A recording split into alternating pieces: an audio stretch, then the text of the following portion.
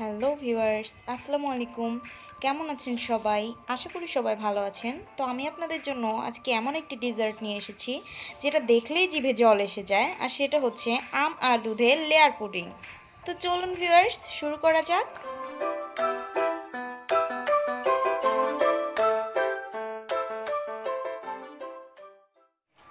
আমি এখানে half litre দুধ নিয়ে নিয়েছি। এখন দুধটাকে আমি মিডিয়াম আঁচে ঘন করে নিব। আঁচটা কিন্তু কখনই বাড়ানো যাবে না, বাড়ালে দুধটা নিচে লেগে যাবে। এজন্য আমি মিডিয়াম আঁচেই দুধটা আস্তে আস্তে নেড়ে চেড়ে ঘন করে নেব। আমার দুধটা ঘন হয়ে গিয়েছে। এখন আমি এখানে মিক্স করব চিনি পাউডার। আমি এখানে চিনি ব্লেন্ড করে পাউডার করে নিয়েছি যেন সহজেই দুধের সাথে মিশে যায়। তো আমি এখানে চিনির পাউডার মিক্স করব 3 টেবিল চামচ।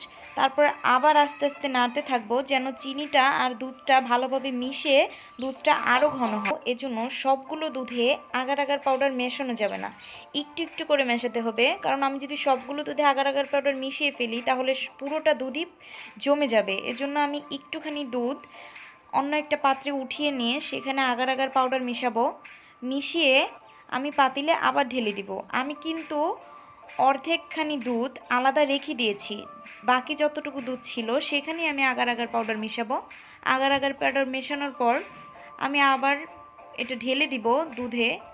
তারপর ভালো করে আঁচ করে আবার আগার আগার পাউডারটা যেন দুধের সাথে ভালো করে মিশে যায় সেজন্য আমাদের একটা বলক আনাতে হবে।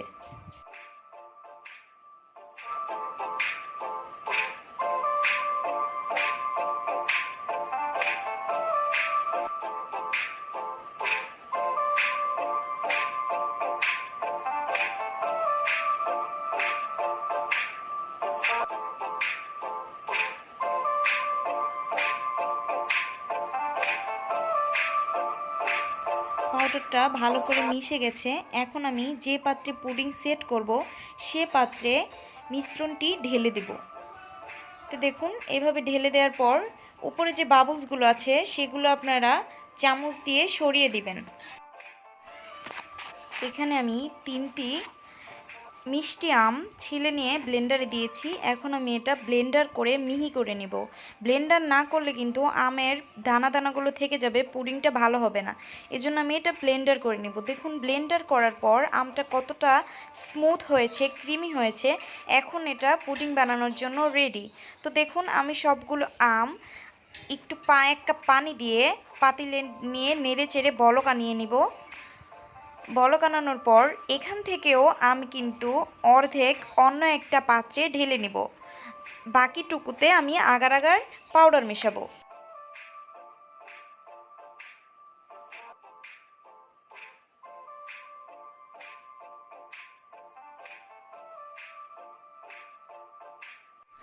আমার যে দুধের পুডিংটা ছিল সেটা সেট হয়ে গেছে। তো এখন আমি এটা একটু স্টাইল করে কেটে নিব। তো দেখুন, আমি এভাবে কেটে নিয়ে পুডিংগুলো উঠিয়ে নিব অন্য একটি পাত্রে যেন আমি এখানে আমের যে মিশ্রণটা সেটা ঢেলে দিতে পারি। তো এভাবে আমি 3 দিক থেকে 3 কোণা করে কেটে নিব যাতে ডিজাইনটা দেখতে অনেকটা সুন্দর হয়।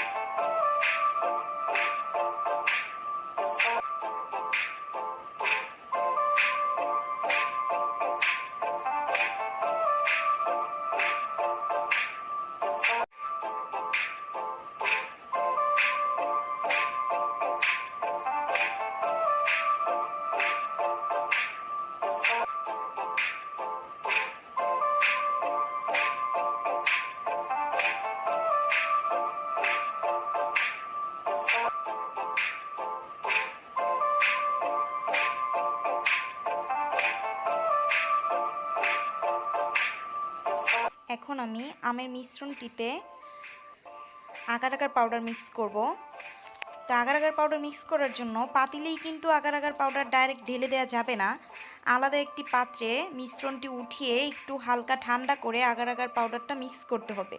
মিক্স করার পর সেটা তারপর পাতিলে ঢেলে দিতে হবে, তাহলে কিন্তু আগার আগার পাউডারটা ভালোভাবে মিক্স হবে। না হলে কিন্তু আপনারা যদি পাতিলে ডাইরেক্ট ঢেলে দিন তাহলে আগার আগার পাউডারটা জমাট বেঁধে যাবে, মিক্স হবে না। তো এভাবে আমি মিশ্রণটাকে রেডি করব। তো দেখুন আগার আগার পাউডারটা ঢালার পর অবশ্যই মিশ্রণটিকে আবার বলক আনাতে হবে। তা আমি আর একটু বলক আনিয়ে আগার আগার পাউডারটা যাতে ভালো করে মিক্স হয়ে যায় তার জন্য ওয়েট করব।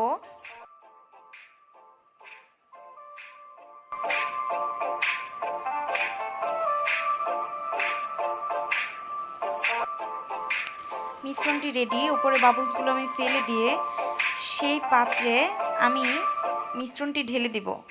তো দেখুন আমরা যে স্টাইলটা করেছিলাম দুধের পুডিং দিয়ে সেটা কিন্তু সুন্দরভাবে ঢালতে হবে যেন 3 সাইডে কোণা হয়। তারপর আমি উপরে সবগুলো ঢেলে দিব, পুরোটা দুধ ঢেকে দিতে হবে। তো দেখুন আমের পুডিংটা আমার দেওয়া শেষ। এখন আমি আবার দুধেরটা দিব। যেভাবে আমি মিশ্রণ বানিয়েছিলাম ঠিক সেভাবেই বানাবেন, বানিয়ে দুধেরটা ঢেলে দিবেন। হয়ে গেল দুটো লেয়ার। তারপর এই দুধের পুডিংটা যখন জমে যাবে তারপর আমি আবার আমের যে মিশ্রণটা বাটিতে উঠিয়ে রেখেছিলাম সেখানে আমি আবার আগার আগার পাউডার মিক্স করে মিশ্রণটি রেডি করব। রেডি করার পর আবার কিন্তু আমরা সেই দুধের উপরেই আবার ঢেলে দিব। এখানে আমের মিশ্রণটি ঠান্ডা হয়ে গেছে, এজন্য আমি এখানে ঠান্ডা অবস্থায় আগার আগার পাউডারটি কিন্তু পাতিলেই দিয়ে দিতে পারবো। আমি আগেই বলেছি যদি মিশ্রণটি গরম থাকে গরম অবস্থায় আগার আগার পাউডারটি ডাইরেক্ট পাতিলে মেশানো যাবে না, তাহলে জমাট বেঁধে যাবে।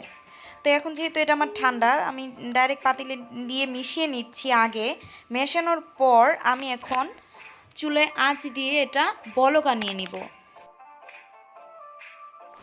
মিশ্রণটি বলক এসে গেছে। এখন আমি সেই দুধের পুডিংয়ের উপরে লাস্ট যে লেয়ারটা সেটা সেট করব। দেখুন এটা হচ্ছে লাস্ট লেয়ার। আমি 3টা লেয়ার দিয়েছি, এটা হচ্ছে লাস্ট লেয়ার। 3টা না, আমি সম্ভবত 4টা লেয়ার দিয়েছি। প্রথমে দুধ, তারপরে আম, তারপরে দুধ, তারপরে আম, 4টা দিয়েছি। তো দেখুন আমি এখন এটা ঠান্ডা হতে দিব পুরোপুরি।